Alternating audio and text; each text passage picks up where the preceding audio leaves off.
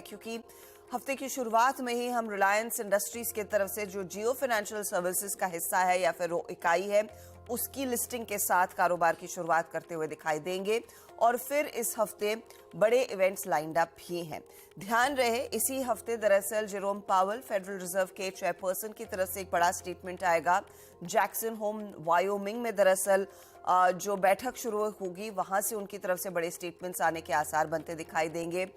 भारतीय बाजारों के लिए एक बड़ा परेशानी का सबब बना हुआ है इन्फ्लेशन, और आरबीआई की हाल ही की क्रेडिट पॉलिसी के मिनट्स भी इसी हफ्ते आने वाले हैं। इन सभी चीजों के बीच आपने क्या आपकी ट्रेडिंग रणनीति बनानी है, उस पर करेंगे बातचीत। ध्यान रहे, जो पिछला हफ्ता था एक छोटा हफ्ता रहा, लेकिन मुनाफा वसूली वाला हफ्ता रहा।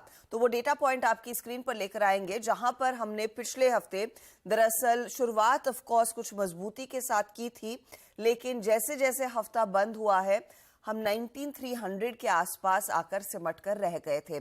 तो निफ्टी का क्लोज कल पिछले सत्र में यानी कि फ्राइडे के सत्र में 19,310 पर आकर टिकता हुआ दिखाई दिया। आप देखिएगा, सोमवार को 6 पॉइंट की गिरावट, फिर बुधवार के सत्र में 30 अंकों की बढ़त, लेकिन थर्सडे और फ्राइडे के सत्र में सबसे ज्यादा बिकवाली दरअसल मैग्नीफाई होती हुई दिखाई दी। गुरुवार के सत्र में जहां पर 100 पॉइंट गवाए निफ्टी ने, वही फ्राइडे के सत्र में हम 55 पॉइंट गवाकर 19,310 पर आकर टिकते हुए दिखाई दिए। 19,300 की लक्ष्मण रेखा के आसपास ही जाकर मामला फिट बैठता हुआ दिखाई दिया है। वहीं अगर आप निफ्टी बैंक की चाल देखेंगे तो निफ्टी बैंक में भी हूबहू यही होता हुआ दिखाई दिया। पूरे हफ्ते हालांकि बिकवाली की पोजीशंस बनती हुई दिखाई दी है। सोमवार को 100 पॉइंट टूटा, बुधवार को 145 पॉइंट टूटा। गुरुवार शुक्रवार आते आते निफ्टी बैंक में जो सेलिंग थी वो थोड़ी सी कम हुई, लेकिन निफ्टी में वो बिकवाली का भार ज्यादा बढ़ता हुआ दिखाई दिया है। अब सवाल यही होगा कि क्या ज्यादा मजबूत है, निफ्टी बैंक या निफ्टी? उस पर आगे वीरू से डिटेल में बातचीत करेंगे। ग्लोबल सेटअप के बीच क्या स्थिति उभर कर आ रही है, चाइना से क्या फीलर्स मिल रहे हैं, और ये हफ्ता खासतौर से अमेरिका के लिए कितना इंपॉर्टेंट होगा, ग्लोबल मार्केट्स के लिए कितना इंपॉर्टेंट होगा, उस पर नीरज जी को जोड़ेंगे। लेकिन ध्यान रहे, पिछला पूरा हफ्ता बिकवाली वाला रहा है। एफआईआईज की तरफ से पिछले पूरे हफ्ते 3,380 करोड़ तक की बिकवाली के आंकड़े कैश में देखने को मिले। वहीं हमने देखा डोमेस्टिक इंस्टीट्यूशनल इन्वेस्टर्स की तरफ से कुछ पोजीशंस तेजी की आई, उन्होंने मामले को संभालने की कोशिश जरूर की है। अगर आप देखिए, ये एफआईआई का आंकड़ा है जहां पर बिकवाली की ज्यादा पोजीशंस देखने को मिली है, और इसी के ठीक सामने अगर आप डोमेस्टिक इंस्टीट्यूशंस का आंकड़ा देखें तो 3,891 करोड़ की खरीदारी डीआईआईज की तरफ से हुई है। तो बाय विस्का आप कह सकते हैं डोमेस्टिक इंस्टीट्यूशनल इन्वेस्टर्स थोड़ी सी ज्यादा खरीदारी करके गए हैं, लेकिन हाँ, एफआईआईज की तरफ से बिकवाली का भार कायम है। ऐसे में आज सुबह के संकेत कैसे हैं? गिफ्ट निफ्टी आपकी स्क्रीन पर आ रहा था, करीब करीब 9 अंकों की बढ़त के साथ कारोबार की शुरुआत होती हुई दिखाई देगी, ऐसा इनिशियल संकेत था। अब गिफ्ट निफ्टी करीब 4 पॉइंट नीचे है। एशियाई बाजारों की तस्वीर आपकी स्क्रीन पर लेकर आते हैं। वहां पर एक बड़ा टेक अवे नहीं है। जापान के मार्केट में करीब 70 अंकों की ही बढ़त देखने को मिल रही थी, अब 100 पॉइंट ऊपर है। हांगकांग का बाजार कुछ ही देर में और डेटा पॉइंट्स निकल कर आएंगे। ताइवान के मार्केट में हल्का सा एक अपटिक, और साथ ही साथ आपको इस कॉन्टेक्स्ट में रखना है कि जो ओवरनाइट सिचुएशन अमेरिका से हम पढ़ रहे हैं, वहां पर भी एक शांत सेशन था, ज्यादा कुछ आतिशबाजी नहीं हुई। डाउ करीब करीब 25 पॉइंट ऊपर चढ़कर बंद हुआ। वहीं नैस्डैक में 26 अंकों की गिरावट, एस&पी एकदम फ्लैट था। लेकिन जब हम फ्राइडे को मार्केट क्लोज करके जा रहे थे, हमने तैयारी की थी कि अमेरिकी मार्केट्स में खासतौर से डाउ 52 अंकों की गिरावट पर रहेगा। वो तब और अब का डेटा पॉइंट आपकी स्क्रीन पर आएगा। तो जब हम निफ्टी को वाइंड अप कर रहे थे 19,310 पर, जहां पर निफ्टी जाकर टिक रहा था, उस समय संकेत डाउ फ्यूचर से करीब 52 अंकों की गिरावट का था, नैस्डैक से भी 50 अंकों की गिरावट का संकेत था, एस&पी एकदम फ्लैट था। और हुआ क्या, डाउ में कुछ तेजी आई करीब 26 अंकों की, लेकिन नैस्डैक थोड़ा सा फिसला और एस&पी भी फ्लैट ही है। इस समय भी ज्यादा कुछ अलग नहीं हो रहा है, मामूली बढ़त की तरफ से इशारा है। अब ओवरनाइट, ओवर वीकेंड क्या हुआ है अमेरिकी बाजारों में, और चाइना की तरफ से जो डेटा पॉइंट आ रहा है लोन प्राइम रेट का, उसे कैसे पढ़ना चाहिए? नीरज हमारे साथ एकदम तैयार है। नीरज, गुड मॉर्निंग, बताइए कैसे पढ़े? ग्लोबल मार्केट में वैसे कोई बड़ा हेडलाइन, कोई बड़ी टेक अवे एटलीस्ट फ्राइडे को दिखाई नहीं दी। जी बिल्कुल सही कह रही हैं आप। फ्राइडे को एक बहुत ही शांत सा सेशन था, फ्लैट कह सकते हैं आप, और वीकली बेसिस पे 2 महीने के निचले स्तर पे गए यूएस मार्केट्स, और वीकली क्लोजिंग उनकी नेगेटिव थी।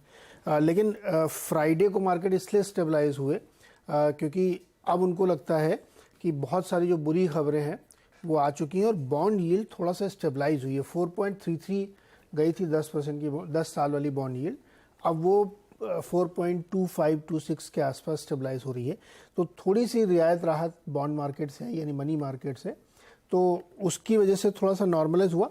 लेकिन अभी भी ये भरोसा नहीं करना चाहिए कि सब कुछ ठीक हो गया, क्योंकि इसी हफ्ते जैक्सन होल में, जैक्सन एक जगह है कैंसास सिटी में, जहाँ पे एक बहुत बड़ा सिंपोजियम होने वाला है दुनिया भर के सेंट्रल बैंकर्स का। तो उसमें पावेल और क्रिस्टिना लेगार्ड ये सारे लोग बोलेंगे और उससे ये अंदाज़ा लगेगा state of economy in the world क्या है, उनकी सोच क्या है। तो वो इस हफ्ते सबसे बड़ी इंपॉर्टेंट चीज़ वही होगी। और हालांकि पहले वो इशारा कर चुके हैं कि अभी रेट हाइक्स होनी है।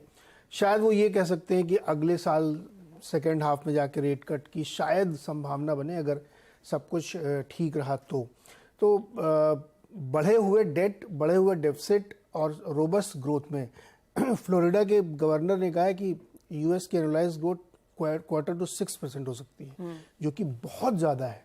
तो वैसी परिस्थिति में पता नहीं कितना रेट कट की संभावना रखनी चाहिए, लेकिन ये है कि वहाँ से ट्रिगर मिलेगा। दूसरा बड़ा ट्रिगर जो इस हफ्ते मुझे लगता है ग्लोबल मार्केट को ड्राइव करेगा वो चाइना से आ रहा है। चाइना ने पिछले हफ्ते जो उनकी शॉर्ट टर्म मनी का रेट है उसको कट किया था 15 बेसिस पॉइंट।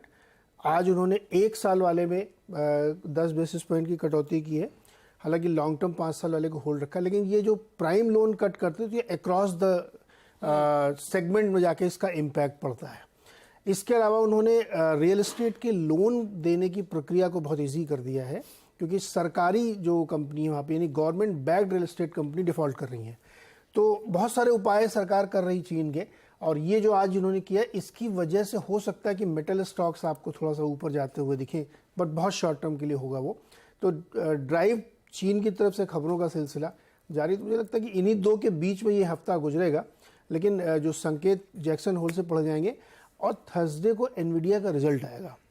एनवीडिया ने पिछली बार बहुत बड़े बड़े दावे किए थे कि कितनी ग्रोथ आएगी हमारी।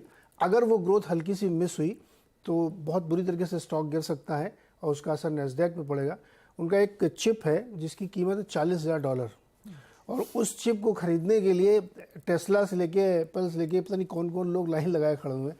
तो इसके आधार पर उन्होंने बहुत बड़े बड़े दावे किए। लेट्स सी, बट ये 3 खबरें मुझे लगता है जो इस हफ्ते ड्राइव करेंगी। चलिए, एक इम्पॉर्टेंट हफ्ता ऑफ कोर्स चाइना का तो फैक्टर सामने आ गया है। अब उससे कितना सपोर्ट मिलता है उनके मार्केट्स को और उनकी इकोनॉमी को देखना है, और उसका कितना असर फिर आप मेटल्स में फॉलो थ्रू होता देखेंगे, उस पर हमारी नजरें रहेंगी। लेकिन भारतीय बाजारों के लिए इम्पोर्टेंट ये है समझना कि हमारे लिए ये 19,300 का लेवल कितना इम्पोर्टेंट है। कंसिडरिंग फ्राइडे के सत्र में ऐसे लगा था कि इसके नीचे जाकर टिकेंगे, लेकिन इवेंचुअली सेकेंड हाफ में एक अच्छी रिकवरी आई। Veeru, good afternoon. फ्राइडे के सेशन 19,310 पर फाइनली हम जाकर टिके। क्लोज हम कह रहे थे थोड़ी सी बेहतर थी। आज सुबह के जो संकेत है, ओवरनाइट ज्यादा कुछ अमेरिकी मार्केट से या फिर एशिया से लेने के लिए नहीं है। ऐसे में किन लेवल्स पर ध्यान दिया जाए, क्या सेटअप, कैसे पढ़े?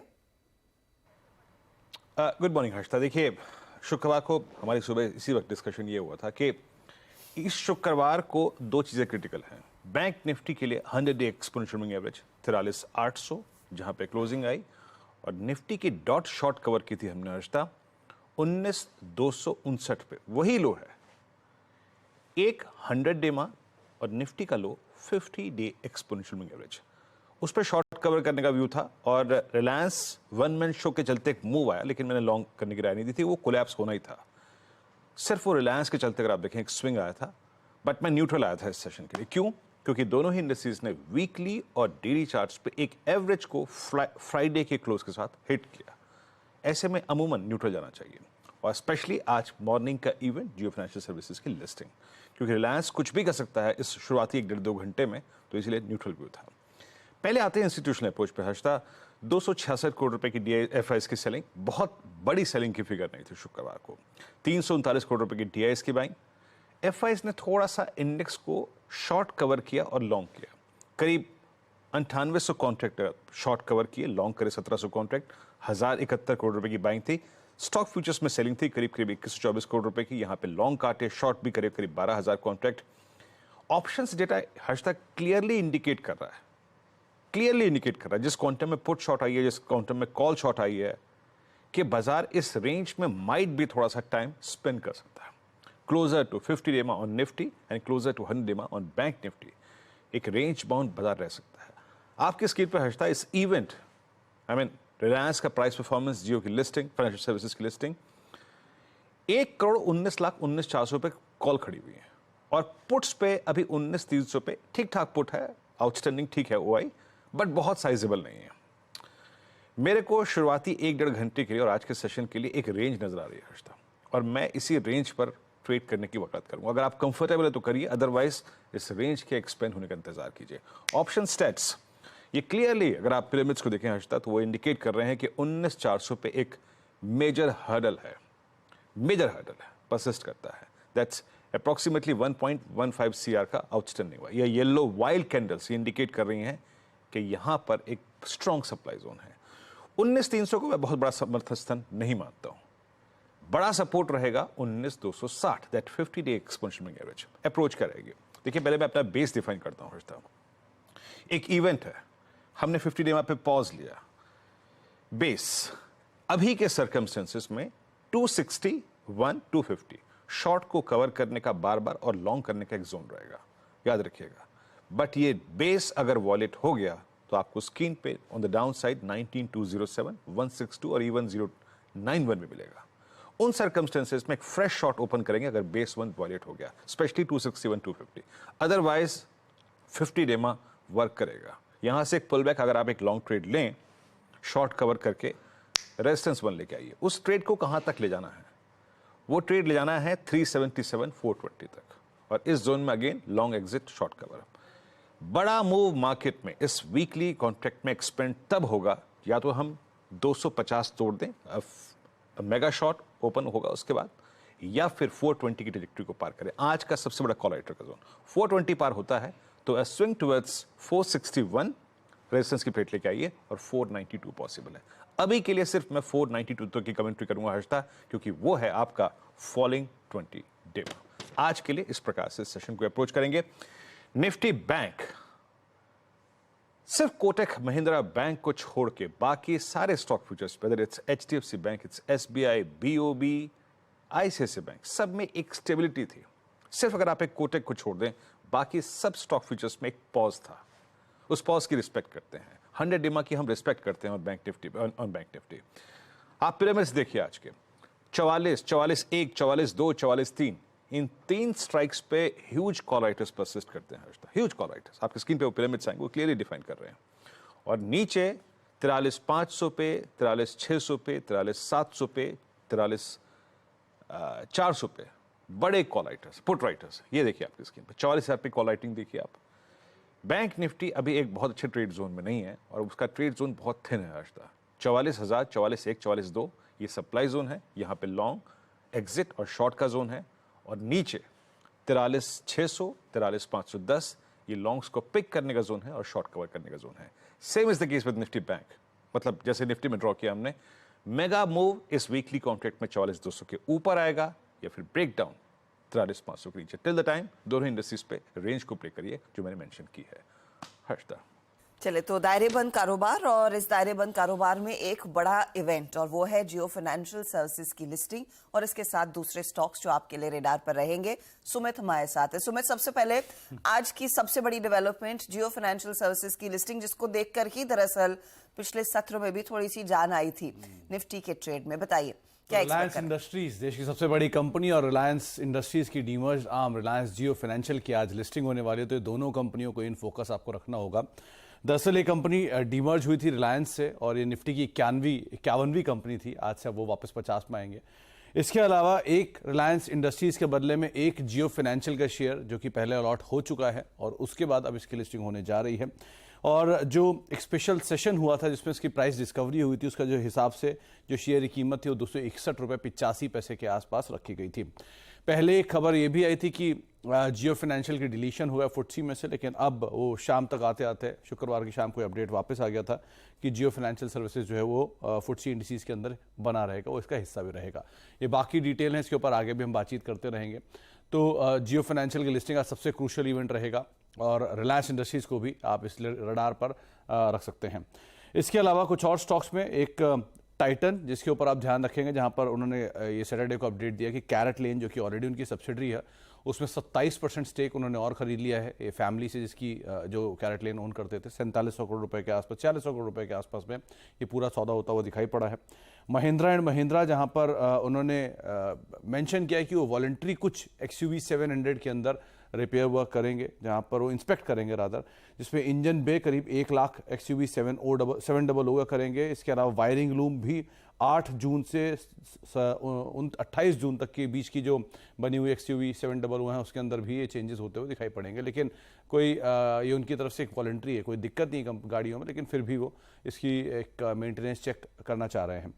इसके अलावा मुरुगप्पा फैमिली ने एक सेटलमेंट की बात कही है, ये कल एक अपडेट आया था। हालांकि उन्होंने बात मेंशन कर दी कि कोई बहुत लिस्टेड कंपनियों के ऊपर इसका इंपैक्ट नहीं होगा और कैसे इसको किया गया है, सेटलमेंट कैसा है, वो सीक्रेट रखा गया उनकी तरफ से, इसको डिस्क्लोज उन्होंने नहीं किया है। गुजरात गैस, जहां पर उन्होंने इंडस्ट्रियल गैस के प्राइसेस 48 SCM से बढ़ाए हैं, 48 SCM किए, 38.3 SCM से बढ़ाकर जो नए प्राइसेस हैं 21 अगस्त से लागू किए गए हैं, यानी आज से लागू होंगे। तो तमाम वो टाइल कंपनियां जो मोरबी में है, जिनका कामकाज है, उनके ऊपर आप नजर रखेंगे कि बड़े सप्लायर हैं वहां पर, तो उस लिहाज से भी उनकी इनपुट कॉस्ट के ऊपर इंपैक्ट आएगा।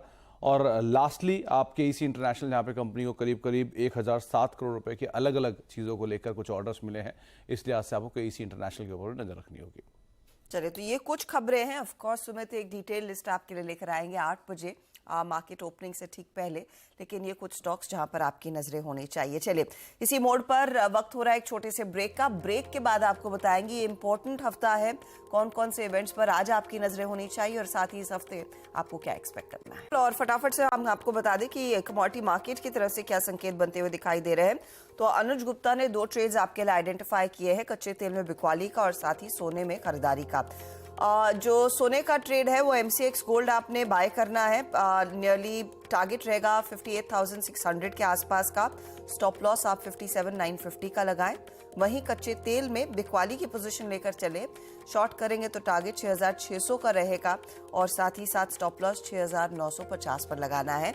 यह अनुज गुप्ता की तरफ से राय। सोना खरीदे, कच्चा तेल बेचे। इस हफ्ते ऑफ कोर्स एक जो बड़े इवेंट का या फिर ट्रिगर का इंतजार था, चाइना ने लोन प्राइम रेट में जो बदलाव करना था 1 साल का वो कर दिया है। करीब 10 बेसिस पॉइंट की कटौती वहां पर आई है। 5 साल के चेंजेस के लिए कोई चेंजेस नहीं है। लेकिन भारत के लिए इंपॉर्टेंट सत्र आज रहेगा रिलायंस के कॉन्टेक्स्ट से, क्योंकि जियो फाइनेंशियल सर्विसेज की आज लिस्टिंग होनी है।